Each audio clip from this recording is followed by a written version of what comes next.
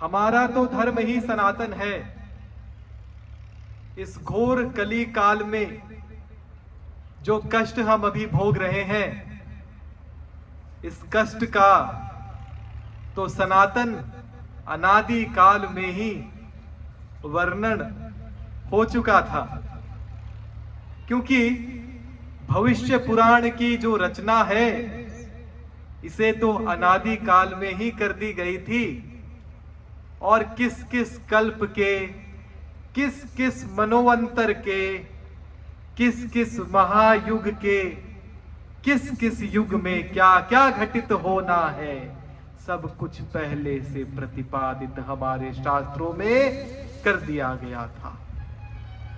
लेकिन इसके पश्चात भी जो घटनाएं घटित हुई और जिसका हमें ज्ञात सही से नहीं हो पाया, इसके पीछे शास्त्रों के अध्ययन में जो हमने लोप कर दिया है, जो हमने विराम ले आया है, वो एक मुख्य कारक है।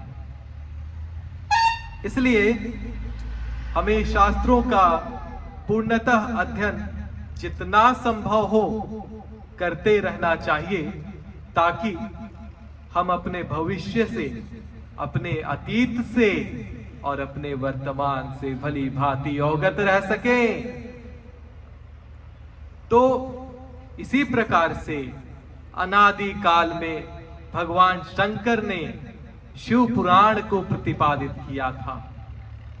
शिव पुराण 100 करोड़ श्लोकों में प्रतिपादित हुआ और इसी शिव पुराण को फिर द्वापर आदि काल में व्यास आदि ऋषियों ने 18 पुराणों में 18 भागों में विभाजित किया और ये वेद तुल्य शिव पुराण जो 100 करोड़ श्लोकों का था, मात्र 24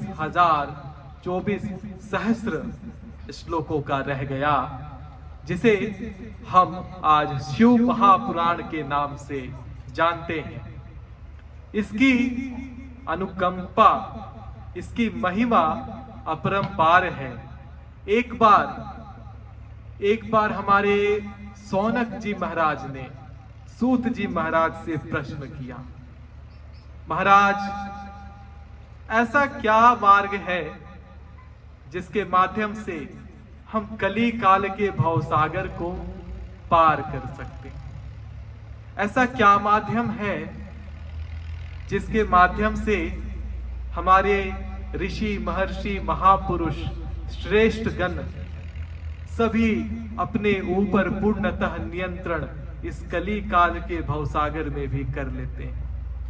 ऐसा कौन सा मार्ग है जिसमें वो अपनी बुद्धि को एकाग्र रखते हैं, अपने मन को अपने वश में रखते हैं और मन रूपी घोड़े को दौड़ने इधर उधर नहीं देते हैं?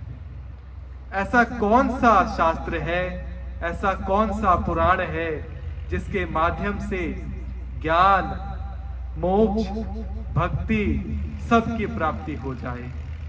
वैसे तो भक्ति की प्राप्ति के लिए, भगवान को जानने के लिए, ज्ञान को पाने के लिए मार्ग है जिसमें हमारी भक्ति शामिल है, हमारा भगवान के प्रति जो हमारी कृतज्ञता है, जो हम भगवान के प्रति निछावर हो जाते हैं, वो भी उसमें शामिल है।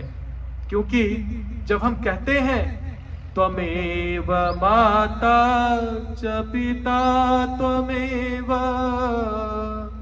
त्वमेव बंधु च सखा त्वमेव, त्वमेव विद्या द्रविणं त्वमेव, त्वमेव सर्वं मम देव देव।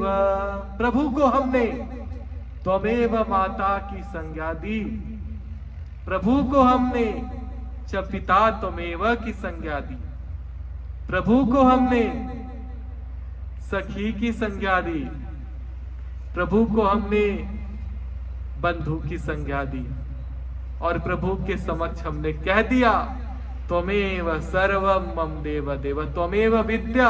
अब विद्या जब हमने कह दिया, अर्थात कि हमारे पास जो भी ज्ञान है वो सब प्रभु परमात्मा ही है। जो कुछ भी हम कर रहे हैं वो सब प्रभु परमात्मा ही घटित करवा रहे हैं, और हमने अपने कर्मों को प्रभु को सौंप दिया और फिर हम मुक्त हो गए। इसी प्रकार से सूत जी महाराज ने फिर कहा कि तुमने बहुत अच्छा प्रश्न किया, तुम्हारे मन में पुराण को सुनने की जो चेष्टा है ये बहुत अच्छी है, और इस पुराण को सुनकर के बड़े बड़े पापी से पापी लोगों का भी कल्याण हो गया। वो मंत्र कहते हैं हम, अपवित्रा पवित्रो वा सर्वावस्थां गतोऽपि वा ये स्मरेत् पुण्डरीकाक्षे सभायाभ्यन्तरं शुचिः।